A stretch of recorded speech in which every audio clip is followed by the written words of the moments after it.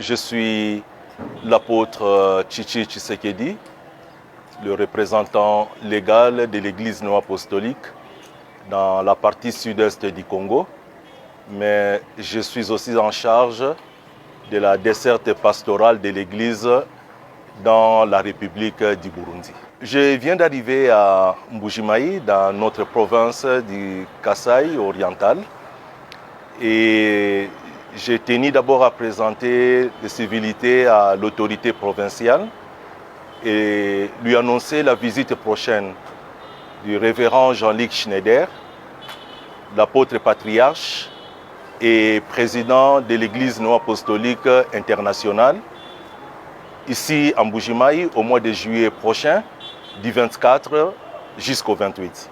Oh là là, comme d'habitude, c'est un pasteur. D'abord, il vient pour paître les brebis, il vient pour toutes les populations de la province, il vient dans sa mission pastorale en qualité du président mondial de l'Église.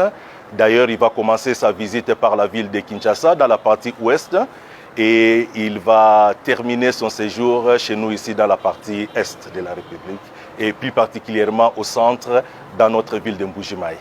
Je suis plus particulièrement concerné par ce qui nous arrive dans la République, parce que Goma fait partie de notre champ d'activité, donc j'ai la responsabilité de la desserte pastorale dans toute cette partie nord-est de notre République. Et comme pasteur, la plus grande contribution, c'est la prière. Nous avons appelé les peuples de Dieu, les ministres ordonnés, à prier. Nous ne prions pas seulement pour les chrétiens néo-apostoliques, mais nous adressons aussi à Dieu nos prières pour toutes les populations de cette partie du pays.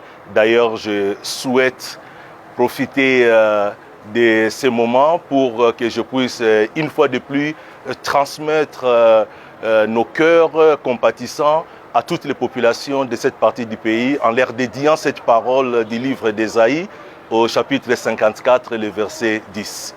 Les montagnes peuvent s'éloigner, les collines peuvent chanceler, mais l'amour de Dieu ne s'éloignera pas et son alliance de paix aussi ne chancellera pas parce que Dieu a compassion à toutes ces populations de la partie nord-est de notre pays. Vraiment, ça c'est quelque chose d'extraordinaire. Il nous a parlé en tant que dirigeant, il nous a parlé en tant que père de famille et il s'est adressé à nous en qualité de chrétiens. Donc il nous a promis son implication personnelle pour que cette visite soit à la hauteur du président mondial de l'Église néo-apostolique.